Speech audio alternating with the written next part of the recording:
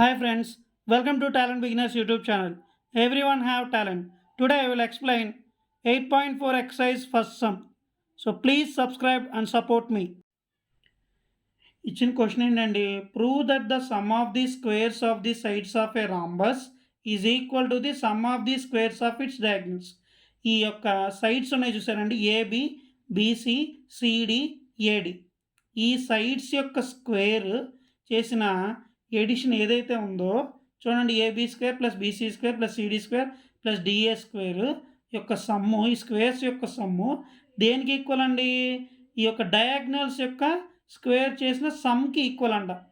AC square plus BD స్క్వేర్కి equal అని మనం ప్రూవ్ చేయమంటున్నాడు. ఓకేనండి, ఇచ్చిన రాంబస్ మనం ఓన్గా ఎస్యూమ్ చేసుకొని మనం డ్రా చేసుకున్నామండి. రాంబస్కు ఉన్నటువంటి ప్రాపర్టీస్ ఏంటండి? 4 సైడ్స్ ఆర్ ఈక్వల్. ఇచ్చిన 4 సైడ్స్ రాంబస్కి ఈక్వల్. ఓకేనండి, diagonals are perpendicularly bisect each other.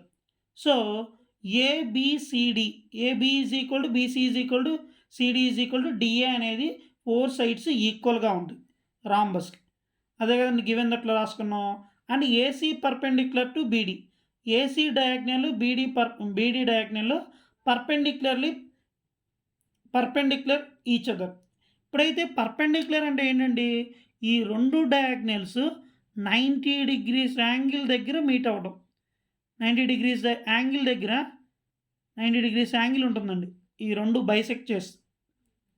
ఓకేనండి, సో బైసెక్ట్ ఈచ్ అదర్. ఎప్పుడైతే బైసెక్ట్ అవుతుందో ఇక్కడ ఇంటర్సెక్ట్ అయిన దగ్గర పాయింట్ మనం ఓ అనుకుంటాం. పర్పెండిక్యులర్లీ బైసెక్ట్ ఈచ్ అదర్ అంటే ఈ ఏఓ ఈజ్ ఈక్వల్ టు ఓసిఎన్, ఈ రెండు ఈక్వల్ పార్ట్స్గా బైసెక్ట్ చేసింది. ఓకేనండి, so AO is equal to OC. ఇప్పుడు AB is equal to BC is equal to CD is equal to డిఏని రిప్రజెంట్ చేశాను. ఓకేనండి, 1 మార్క్తో. నెక్స్ట్ ఇప్పుడు AO is equal to OC కదండి బైసెక్ట్ ఈచ్ అదర్, సో ఈ రెండు కూడా ఈక్వల్. నెక్స్ట్ ఇప్పుడు ఏసీ పర్పెండిక్యులర్ టు బీడీ, అవునా కదండి. ఇప్పుడు బీడీ పర్పెండిక్యులర్ టు ఏసీ కదనా, అప్పుడు బీడీ కూడా రెండు ఈక్వల్ పార్ట్స్గా సపరేట్ అవుతుంది. DO and BO, these are also equal.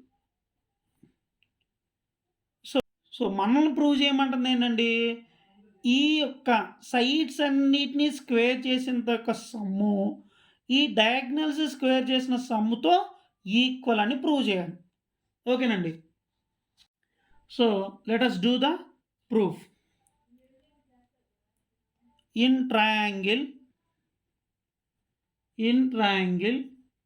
AOB, angle AOB is equal to 90 degrees. చూడండి, ఇన్ ట్రయాంగిల్ ఏఓబి అనే ట్రయాంగిల్ కదండి, ఈ ట్రయాంగిల్ మనం తీసుకున్నాం. ఈ యొక్క రాంబస్లో ఈ ట్రయాంగిల్ మనం తీసుకున్నాం. ఇక్కడ యాంగిల్ ఏఓబి 90 డిగ్రీస్. ఇదంటే పర్పెండిక్యులర్ బైసెక్ట్ కదండి, ఇది 90 డిగ్రీస్ ఉన్నప్పుడు same side of the transversal ఇది 90 డిగ్రీస్ ఉంటుంది. సో ఇది 90 డిగ్రీస్ ఉంటే ఇది 90 డిగ్రీస్ ఉంటుంది, ఇది 90 డిగ్రీస్ ఉంటే ఇది కూడా 90 డిగ్రీస్ ఉంటుంది.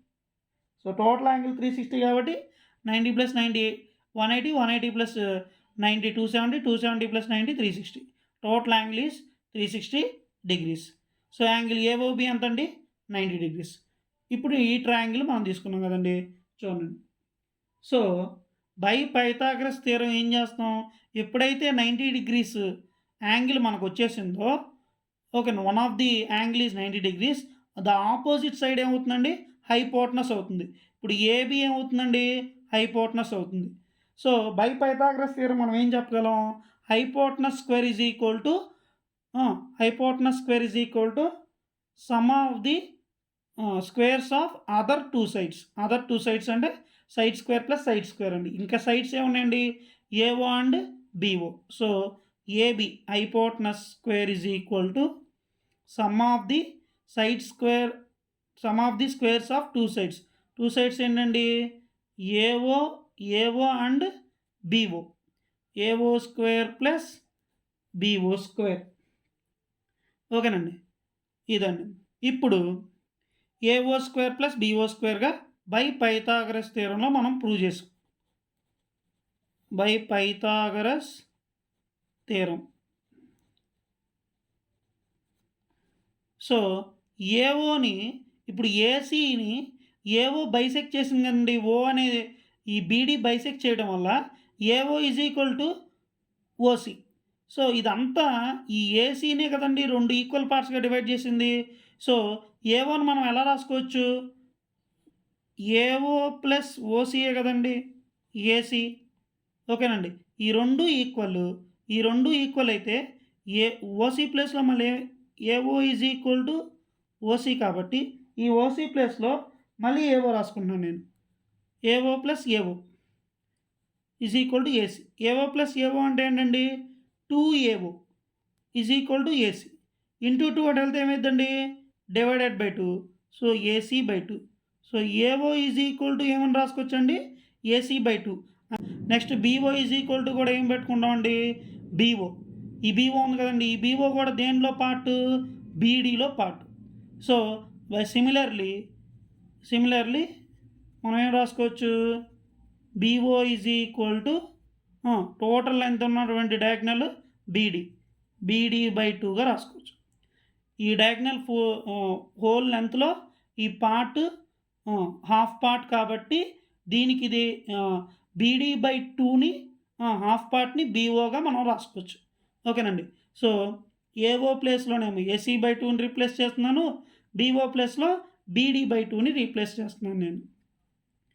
AB square is equal to AC by 2 whole square plus BO is equal to BD by 2 whole square.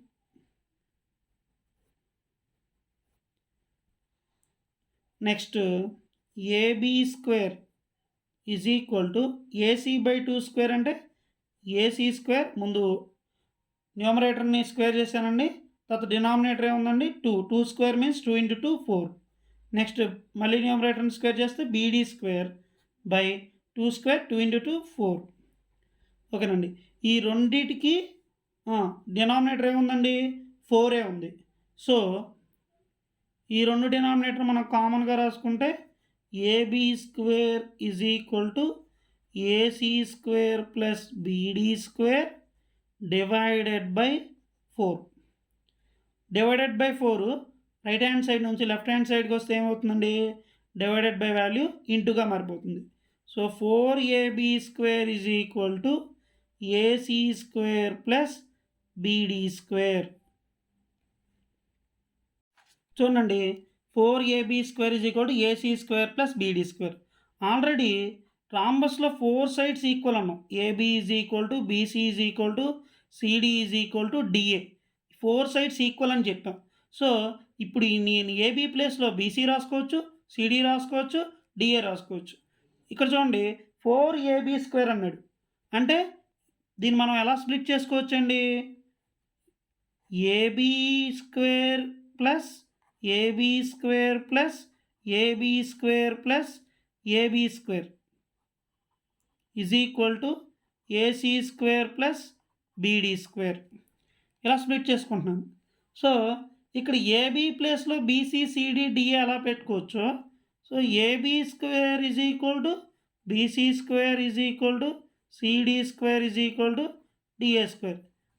AB is equal to BC ఎలా అవుతుందో AB square is equal to BC square అవుతుంది. Similarly CD square is equal to DA square. So ఇక్కడ AB square ప్లేస్లో మనం ఏం పెట్టచ్చండి? BC square పెట్టచ్చు, CD square and DA స్క్వేర్ని నేను సబ్స్టిట్యూట్ చేస్తున్నాను. AB square first AB square నేను ఏబీ స్క్వేర్గా రాసుకొని సెకండ్ ఏబీ స్క్వేర్లో బీసీ స్క్వేర్ని సబ్స్టిట్యూట్ చేశాను. నెక్స్ట్ ఏబీ స్క్వేర్లో CD square plus CD square plus DA square is equal to AC square plus BD square. Okay, నేను ఫస్ట్ 4ఏబీ స్క్వేర్ని నేను ఇలా AB square plus AB square plus AB square plus AB స్క్వేర్గా split చేసుకున్న తర్వాత AB is equal to BC is equal to CD is equal to DA by given అండి. ఇది గివెన్ దట్ నుంచి మనం తీసుకున్నాం. గివెన్లో నుంచి తీసుకున్న దాన్ని AB is equal to BC అయితే AB square is equal to BC square is equal CD square is equal to DA square అవుతుంది. మనం ఏం ప్రూవ్ చేయాలి? Sum sum of the sides of the rhombus, sum of the squares of the sides of a rhombus is equal to the sum of the squares of its diagonals. Required to proof ఇదే కదండి. AB square plus BC square plus CD square plus DA square is equal to AC square plus BD స్క్వేర్గా మనం prove చేయాలి. ఓకేనండి. ఏదైతే squares of sides యొక్క sum diagonal square చేసి వాటి యొక్క సమ్తో ఈక్వల్ చేస్తే మన యొక్క మనం ప్రూవ్ చేయాల్సింది అదే కదండి. ఇది మనం ప్రూవ్ చేయాల్సింది. ఇది ప్రూవ్ చేసామో లేదో చూడండి. ఇదే కదండి ప్రూవ్ చేస్తుంది. AB square plus BC square plus CD square plus DA square is equal to AC square plus BD square. ఓకేనండి. This is the proof. So hence proved. Thanks for watching. Please subscribe Talent Beginners YouTube channel.